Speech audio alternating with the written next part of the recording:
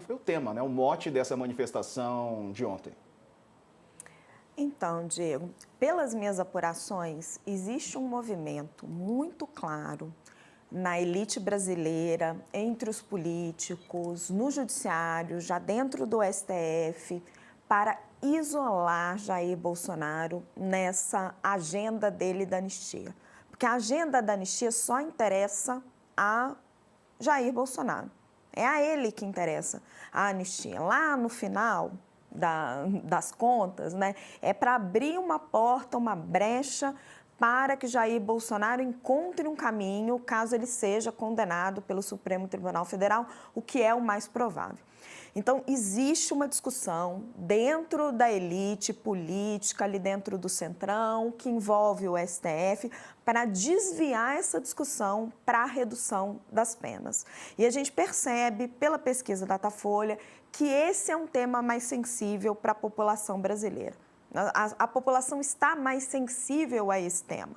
A população percebe que existe, é uma percepção das pessoas, que as penas foram muito altas, que algumas condenações chegam a 17, 18 anos, né? Isso para casos muito graves, mas tem ali casos onde não foram cometidas ações tão graves de violência, como é o caso da Débora. Ela vai lá e picha a estátua, uma estátua importante, uma estátua simbólica, mas, enfim, picha apenas com um batom e acaba ali sugerindo uma condenação para ela de 14 anos de prisão para 2 ministros. Ela ainda não está condenada, é só uma sugestão. Então, a intenção de que não surja, de que o bolsonarismo não utilize outros mártires, né? Crie outros mártires e comprometa todo o processo, deixando surgir, fazendo com que politicamente você consiga surgir oportunidades para lá na frente tentar salvar Jair Bolsonaro ou salvar os generais. E a tentativa de mudar o foco da questão da anistia e isolar Jair Bolsonaro com essa agenda está fazendo uma mudança. Então você percebe claramente uma movimentação no Congresso Nacional, entre os atores jurídicos, dentro do STF, entre toda essa elite, para mudar essa agenda e caminhar para uma discussão sobre redução de penas e não sobre anistia.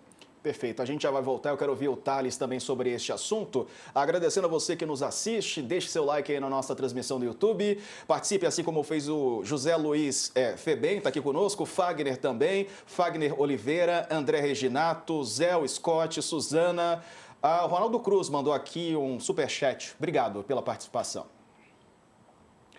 Reunindo toda a nossa audiência, vamos falar sobre o que disse o presidente da Câmara, Hugo Mota. Ele comentou a anistia, pressionado durante a manifestação de ontem. O presidente da Câmara disse que vai tratar do tema da anistia com a serenidade que ele merece, mas disse que o Brasil tem outras prioridades. Ele disse ainda que é necessário ter sensibilidade para falar sobre as penas dos condenados por participação nesses atos golpistas de 8 de janeiro. Nesse momento, a Datafolha sai, né, Thales, mostrando que a maioria dos brasileiros é contra a anistia, mas acha, ali há uma divisão, tem muita gente que acha que as penas estão exageradas, né, Thales?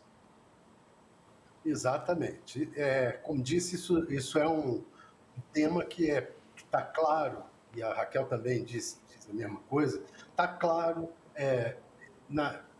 em boa parte, cresce muito em boa parte do Supremo Tribunal Federal, e no Congresso também está claro que as penas são altas e a população também está sentindo isso. Foram penas muito altas, tem que dar uma diminuída e há até contradições, porque, por exemplo, aquele cidadão que tentou explodir um caminhão inflamável perto do aeroporto, aquele sujeito pegou 6 anos.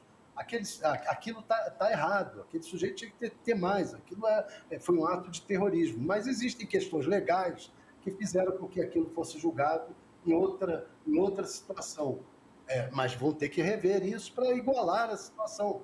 Não é possível que aquilo pegue 6 anos e as pessoas que invadiram o Congresso, etc., fiquem com 17 anos.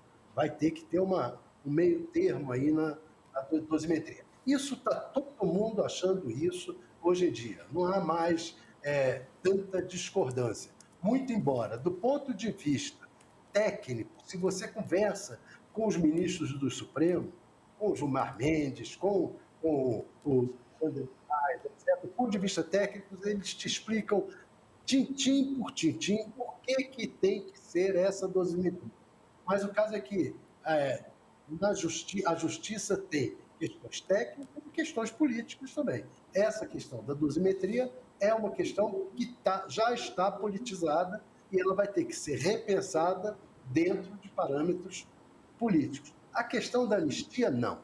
A anistia não é um assunto que está praticamente morto. O presidente da Câmara falou claramente sobre a dosimetria, que tem que ser revista, que ele acha que tem que ser revista, e também falou claramente que acha que não é o momento de o Brasil parar para discutir anistia. Não é esse o momento, não vai ser feito. E o presidente do Senado falou mais ainda, que aqui, se chegar, para. Então, não está. A anistia pode... a PL está dizendo que vai recolher assinaturas de deputados para tentar colocar. É muito pouco provável que ande. Os líderes dos maiores partidos vão avisar os seus liderados que não é para assinar esse tipo de requerimento para a votação plenária da anistia.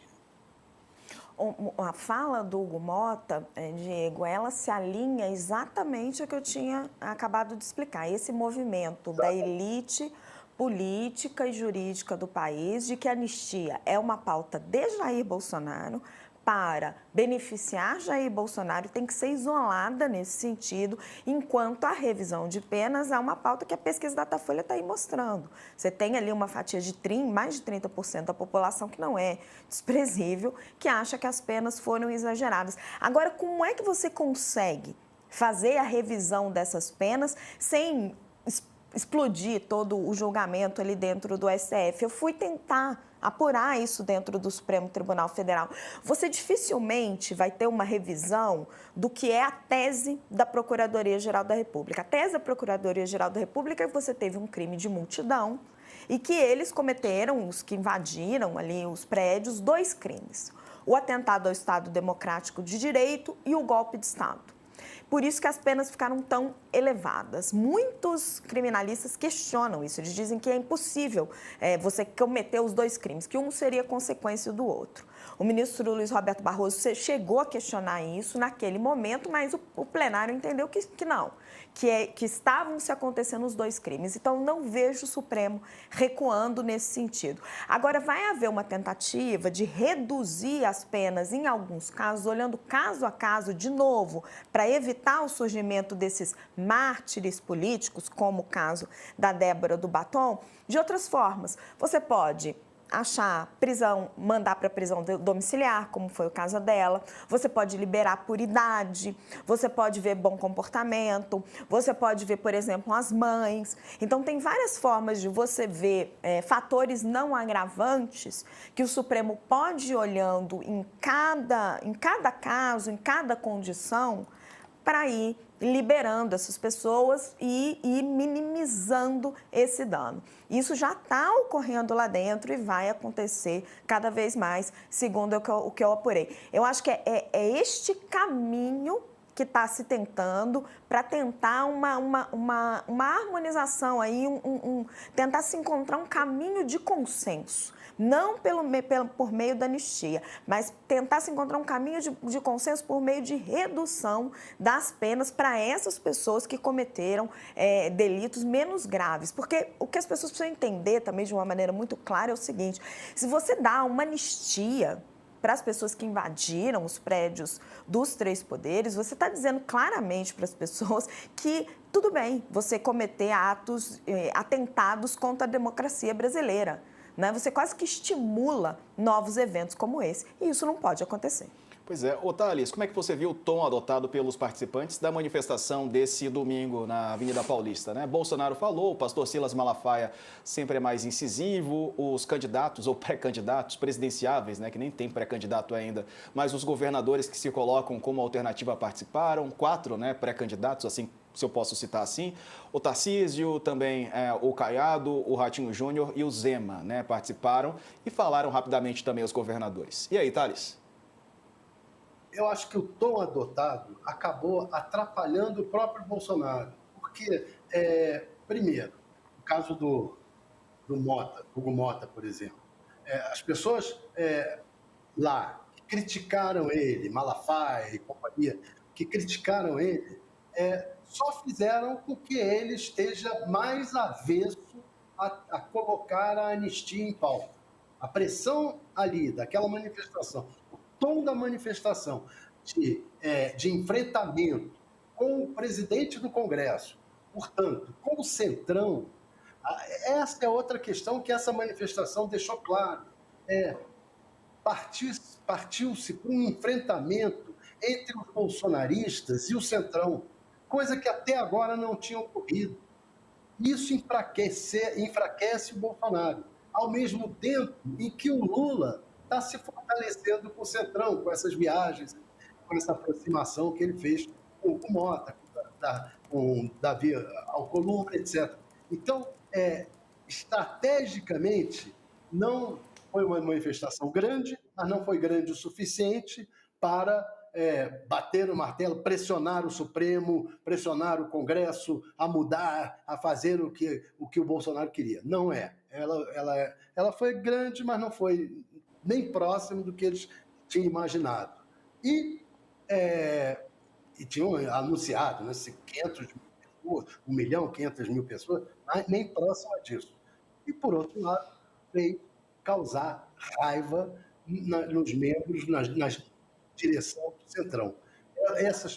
Afastou o Centrão do Bolsonaro na prática. Mas aqueles candidatos que precisam do apoio do Bolsonaro vão ficar ali fazendo jogo, como o caso do Tarcísio, para ter o apoio do Bolsonaro numa eleição em 2026. O que também é pouco provável, porque o Bolsonaro continua com aquela estratégia de tentar levar até o final a candidatura dele e só desistir nos últimos momentos. Se fizer isso, se passar de abril, o Tarcísio não poderá se desincompatibilizar para ser candidato à presidência. Ou o Bolsonaro, é a hora da verdade. Ou o Bolsonaro desiste até abril e acena para esses políticos que estavam ali no palanque esperando a manifestação de apoio dele, ou ele vai perder esses políticos também. Tá certo. Raquel, o Mota foi pressionado nessa manifestação de ontem na Paulista. Foi bastante pressionado, eu concordo com o Thales na avaliação dele, eu acho que é um tiro no pé, porque quanto mais você pressiona o presidente da Câmara, a gente tem que pensar que a presidência da Câmara é uma eleição indireta, né? Ele foi eleito pelos seus pares. E o Hugo Mota foi eleito de uma forma muito particular, que era o candidato do consenso, né? Apoiado por Lula e por Bolsonaro. Então, ele não pode parecer de nenhuma forma que ele está cedendo a um grupo considerado radical. Então, quanto mais você o pressiona com a pressão das ruas, com cartazes, com palavras de ordem, menos ele vai poder seguir nesse caminho. Então, nessa visão, é um tiro no pé. Mas eu queria falar um pouquinho dos governadores que estavam ali. Diego, você tinha assim toda a tropa de governadores da direita que querem ser os herdeiros de Jair Bolsonaro. E ali foi uma aula de realpolitik, né, como a gente diz em inglês. Porque se você lembrar, se você puxar pela memória, muitos daqueles governadores, eles no 8 de janeiro, ou eles foram até Brasília, ou de alguma forma eles criticaram duramente os ataques. Então, você tem falas naquela época de Ratinho Júnior, de Ronaldo Caiado, de Tarcísio de Freitas, de certa forma até de Romeu Zema, criticando os ataques, né? Criticando a destruição dos prédios da Praça dos Três Poderes. E no domingo, todos eles estavam ali pedindo anistia para as pessoas que tinham cometido aqueles atos, porque todos eles sabem que sem aquela franja, né, aquela fatia, não dá nem para chamar de franja, de 25% ali dos eleitores que são fortemente bolsonaristas, nenhum deles é capaz de vencer uma eleição presidencial. Então, todos eles meio que tapam os olhos, esquecem o que aconteceu lá atrás, porque sabem que precisam desse voto se quiserem ser os escolhidos de Jair Bolsonaro e vencer as eleições presidenciais contra Luiz Inácio Lula da Silva em 2026. Bom, vamos